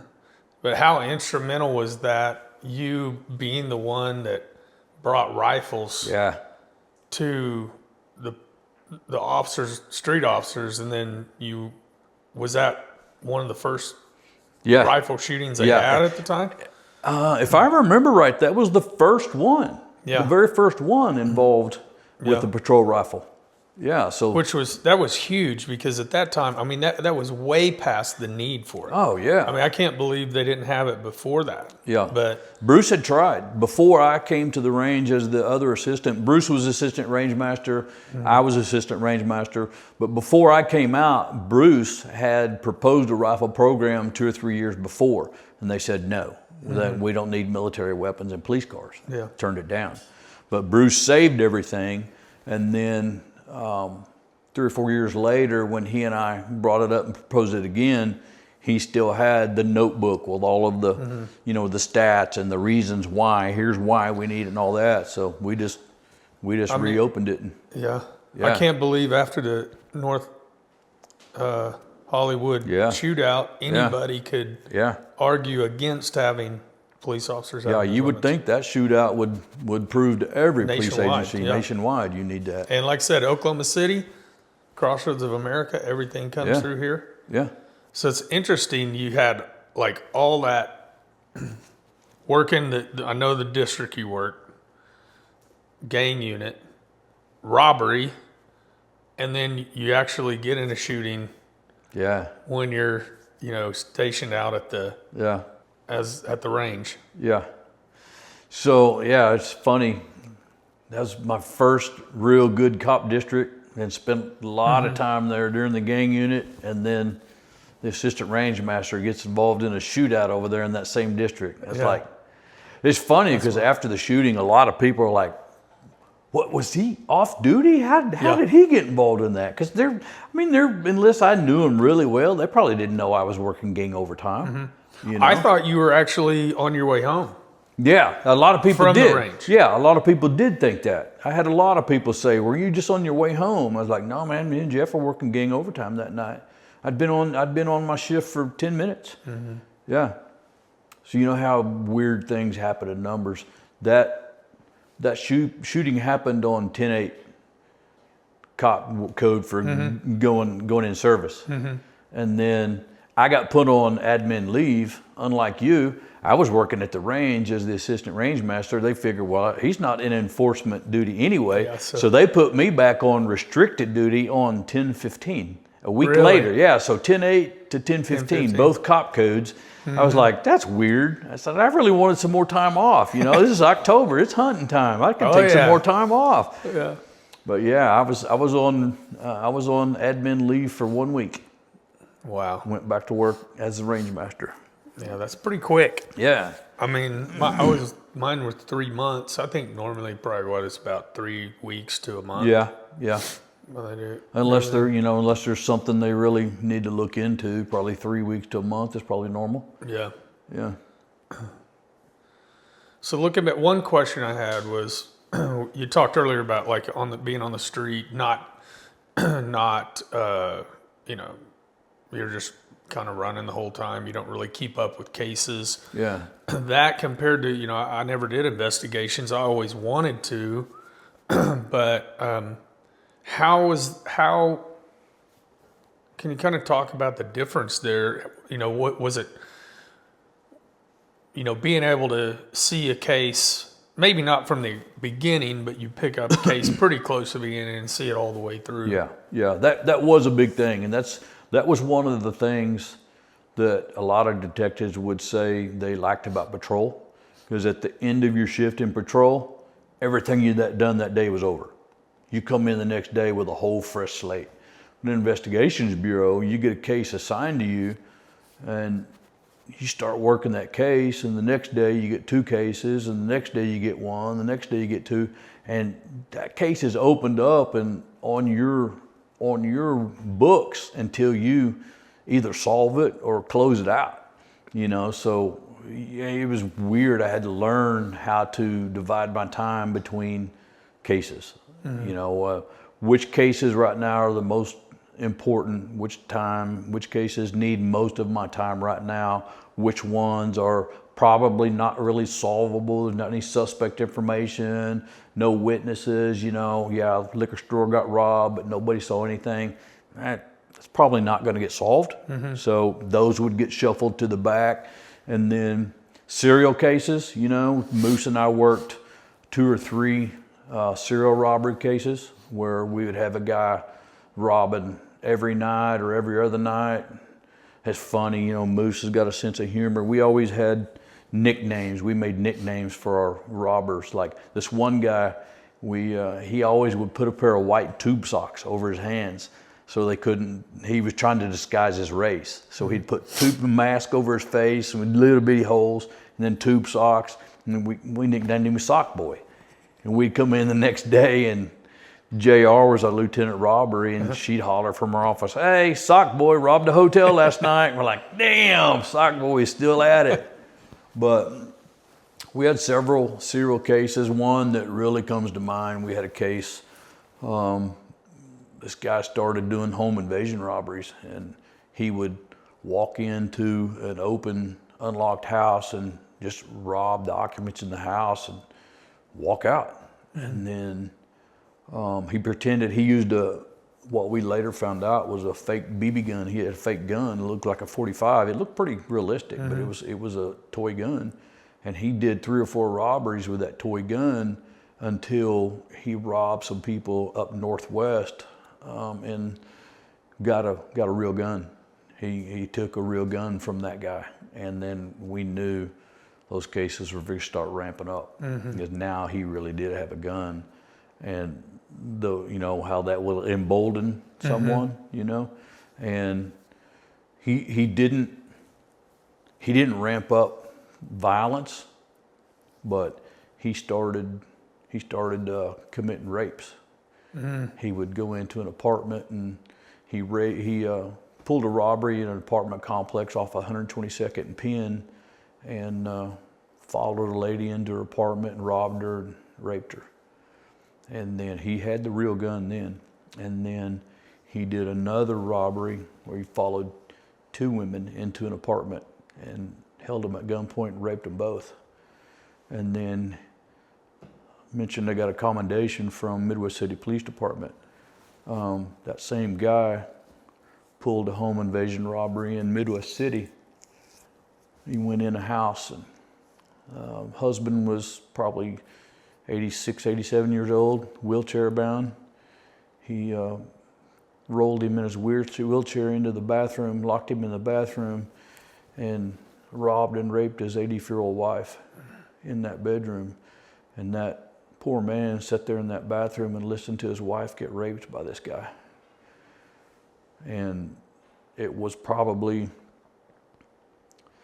we was getting some evidence, we was catching some breaks and got some information. Well, we found a girlfriend that we thought this might be the girlfriend of our suspect.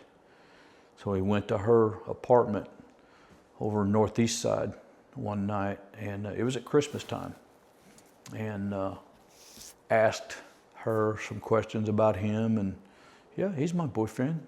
He's been staying here with me, and he's bought all these Christmas presents for my kids. And me and Moose are, we're getting that feeling like there's something here. So she lets us kind of look around, and we find some clothing that he had wore when he'd pulled one of the robberies and the rapes. Found the exact clothing. And so we collected that, and some of our victims had Christmas presents taken, wrapped Christmas presents. So she let us start opening Christmas presents under the tree that he bought for her kids, and it was the presents that he had stolen from robberies. Wow. He was bringing them home and putting them under the Christmas tree for her kids. And we were able, shortly after that, we were able to identify him, and he was 22 years old. 22 years old, and never had any kind of record. Mom and Dad were wealthy, lived in Dallas suburb. Mom and Dad had a lot of money, but just something, train went off the tracks, something flipped in him, and he started doing robberies, and at 22 years old, and we caught him, and he started confessing to them. He confessed to a lot of them. We ended up charging him with 84 felony counts. And how many rapes did he get charged with? He got charged with 5 rapes. 5? Yep, 5 rapes. On those cases, were you able to still work? Did you work with the sex crimes on those cases, or did? That's a great question, Mike. I don't remember doing that. Did y'all just take? I think since it was a person that we were already working, I think we probably worked them. I'm sure that we probably looked for some direction from sex crimes detectives on evidence and stuff like that, collecting evidence and things like that. I know a couple of the cases we did have the victims go do the SANE exam, which I'm sure that, yeah. But no, they were our cases. You were able to keep all that. that. We kept That's all awesome. of it, and probably had a great deal of help from sex crimes people in solving those. But yeah, we worked all of them. Wow. Sure did. I still have in my office closet, I still have a notebook about that thick of all the notes, all the clues, all the cases, everything, the whole case file from that guy. I still have that. And he's one of them that I still do look at on DOC. Mm-hmm. He's another one that'll never get out. You must have been convicted pretty young. Yeah, yeah. You caught him at 22. Yep. So you brought up nicknames. Did you have nicknames like growing up on the police department? Any of those? Because all the gang unit guys had nicknames. You know, I did as a kid, but on the police department, the gang unit, I don't remember ever having one. Mm-hmm. Probably some people had one that they didn't want me to know about. I don't know. But as a kid, my dad nicknamed everything. Yeah, we had nicknames for our dog, my brother, my sister. My sister was always most precious. Imagine that. But my dad, and I can't tell you why, Dad called me Pookie one time. Pookie. Yeah, Pookie. And so it just stuck. He always called me Pookie.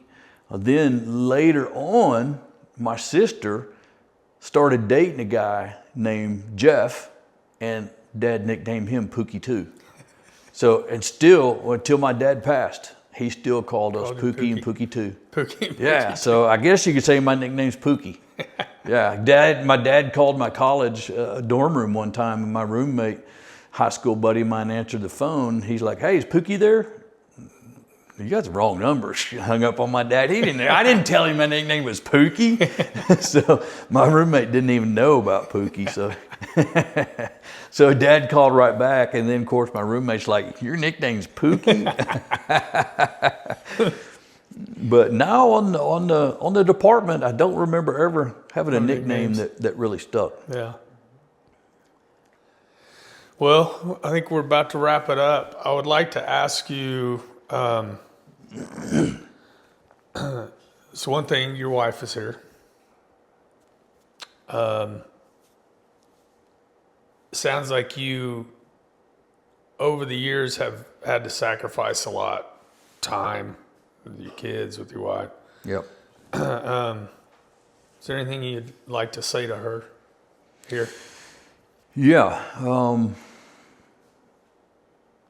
Looking back on it, I would like to just thank her for the support over the years. You know, I never realized it. Jamie and I didn't start seeing each other until I was in robbery when we started seeing each other. I was still a robbery detective when we started. We've been together 20 years. We've been married 15 years. I was a robbery detective when I first started seeing Jamie, and then during that time ended up at the range, and then never knew. And I don't remember her ever voicing it. Mm-hmm. But after I retired and was no longer an active police officer, she told me a lot of times, "You're so much nicer now that you're retired." I was like, I get it, I understand, and I apologize for all that. But I appreciate her not saying that when I was still active, not telling me I was a dick. But I appreciate her being able to say that now, because I feel it. I don't. Do I still get angry? Yeah, and she'll tell you I still get angry, but I'm not like I was when I was an active police officer. It's that police deal. I think we get to where we dislike everybody. We don't trust anyone, and unless I've been through a doorway with you, or I know that you've shown your salt, I don't necessarily trust everybody, and I didn't like being that way. So, yeah, I do appreciate her sticking with me through all this stuff. It's funny, I was telling him on break the night I was involved in the shooting. I remember the first thing I did was I got my phone and I called my two girls, because I knew they was going to be seeing. They knew I was working gang overtime. I knew they were going to see the news, or I figured there's a good chance they would see it. So I called both of my girls and said, "Hey, Dad's been involved in a shooting. I'm not hurt. I'm fine. I can't really talk much right now. Y'all just go to your grandma's, and I'll call y'all after a while." And how old were they at the time? They were grown. They were grown. Yeah, they were both grown and married. Megan, Megan was 27, and Mindy would have been about 23. Yeah, so Jackson, my first grandson, was already born. He was born in June of 2014, and I got in that shooting in October of 2014. Yeah. So no, he wasn't born in 2014. 06. 06. I said that wrong. So he was about 8 years old. No. He was 2014. Huh? He was 2014. Yeah, but however old he was, I'm not real good at math. I was at his baseball game earlier this morning. I told him, I said, Bob, I'm not going to be at your baseball game at 2 o'clock. And of course, he's like, well, why? I said, I'm going to go do an interview and talk about some stuff that you probably don't even remember. And he's like what? And I said, well, when I was a police officer, when I got involved in a shooting, do you remember that? And he's like, no, I don't remember that. Because he wasn't young enough to remember it, but I'm sure he'll be asking me about it again. But anyway, back to the phone calls. I called both of my girls, told them I was fine. I'd call them later. Well, they neither one believed me. They thought I was hurt and just wasn't telling them. But then, just like I remember my story, in my mind, I remember the next thing I did was dial her number and call her. And in my mind, I remember telling her on the phone, hey, babe, I know you're going to see it on the news. I've been involved in a shooting, working gang overtime. I'm not hurt. I'm fine, but I can't talk to you right now. And I remember handing the phone to Jeff Reed. And she says that never happened. She says that Jeff Reed called her. No. You called me. You just didn't tell me you were involved in a shooting. What did I tell you? You just said, hey, babe, I'm fine. You're going to talk to Reed. Okay. Okay. See, it's in my mind. As plain as day, I remember telling her, hey, I've been in a shooting, I'm okay, but I can't really talk right now because I got interviews coming. And I handed the phone to Jeff, but I remember it way different than it actually happened. I mean, I believe her. I don't think she remembers it wrong, but that's just weird how your mind plays tricks. Yeah. And after that, of course, I wasn't in the gang unit anymore. I was assistant range master. So I went back to work, and then I really don't remember how long it was till I was put back on full duty. I went back on restricted duty where I couldn't do enforcement stuff, maybe a month or so. And then I got released back to full duty, and Jeff called and wanted to know if I wanted to work some gang overtime. And I was like, I don't know, dude. I don't know if I'm ready yet. And so I didn't work any. I told Jeff then, I said, I am going to come back and work some more because for my own peace of mind, and I don't want people that don't know me to say, well, he got in a shooting and he can't do it anymore. Well, I could do it, I just wasn't ready. So I went back and worked 3 or 4 more shifts of gang overtime, and they started body cameras. Body cameras started coming around, and they weren't making the gang unit wear them yet, and they weren't making us wear them on gang overtime. So Jeff and I had talked, not that we had anything to hide, but I wasn't raised on a body cam. I learned how to police without a body cam. And I wasn't 28, 29 years into my career, I wasn't going to get myself in a bind wearing a body camera, doing stuff the way I was trained to do it.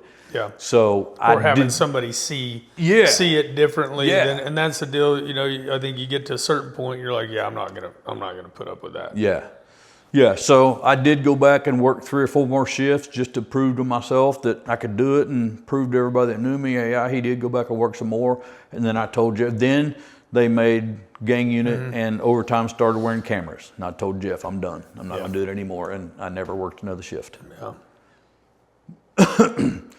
Then I rocked along at the range and retired on June 27th of 2019 and became a nicer person. Well, she's always been one of my favorite, the cops' wives, I get such a kick out of her. Yeah, she's a good time. Yeah. She's a good time for sure. Awesome. Well, man, thanks for coming.